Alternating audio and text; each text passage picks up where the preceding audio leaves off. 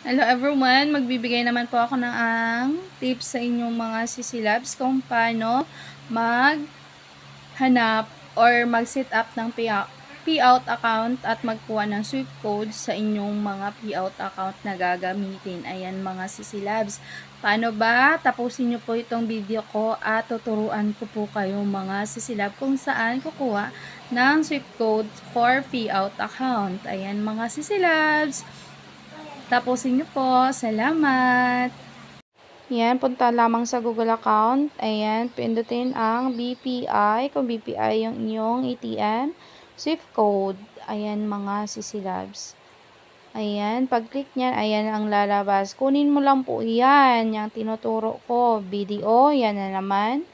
And then, ayan, mga sisilabs ang kukunin. For video, ayan. Metrobank, ayan mga sisilab. Yan lamang po ang kukunin nyo for Swift code account for payout.